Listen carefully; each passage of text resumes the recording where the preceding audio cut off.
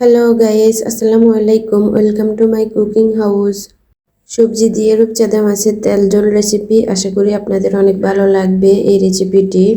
এটি গরম ভাতের সাথে খেতে ভীষণ ভালো লাগে। নরমালের মধ্যে খুবই টেস্টি একটি রেসিপি। আশা করি আপনাদের অনেক ভালো লাগবে। অবশ্যই ফুল ভিডিও দেখে তারপর লাইক কমেন্ট করে জানাবেন ভিডিও কেমন লেগেছে। ভালো লাগলে অবশ্যই শেয়ার দিতে ভুলবেন না। শেয়ার দিয়ে অন্যদের দেখার সুযোগ করে দিবেন।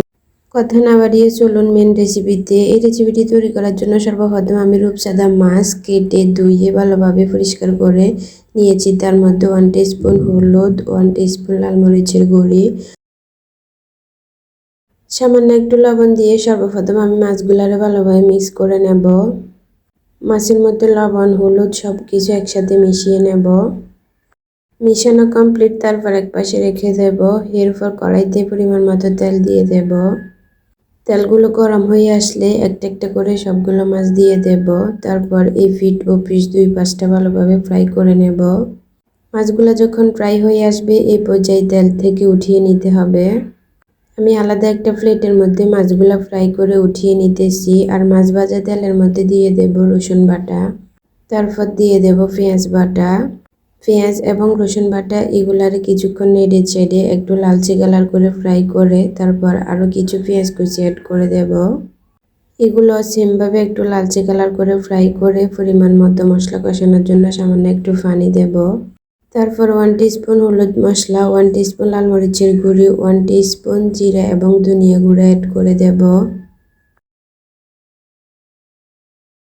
তারপর নেড়ে চেড়ে মশলাটা একটু কষিয়ে নিতে হবে।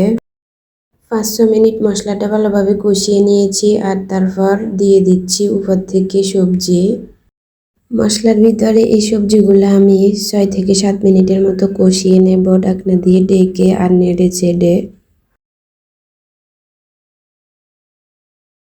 এইভাবে 6-7 মিনিট কষানোর পর মশলার মধ্যে সবজিগুলা 50%-এর মতো সিদ্ধ হয়ে যাবে।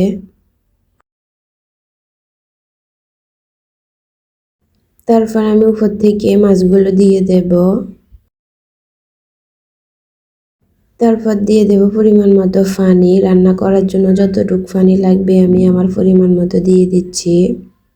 সবজি দিয়ে রূপচাঁদা মাছের এই রেসিপিটি এখনো আমার জিহ্বায় লেগে আছে, এতটাই টেস্টি হয়েছে। তারপর নেড়ে চেড়ে ঢাকনা দিয়ে ঢেকে কয়েক মিনিট এভাবে কুক করে নেব।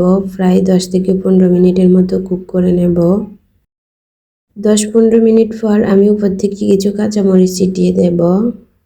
তারপর 2 মিনিট পর দিয়ে দেব ধনিয়া পাতা। তারপর আরও 2-3 মিনিট এভাবে কুক করে তারপর গরম গরম নামিয়ে নেব।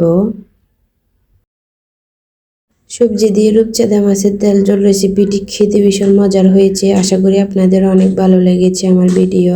ভালো লাগলে লাইক কমেন্ট এবং সাবস্ক্রাইব করতে ভুলবেন না। তো সবাই ভালো থাকুন। আল্লাহ হাফেজ।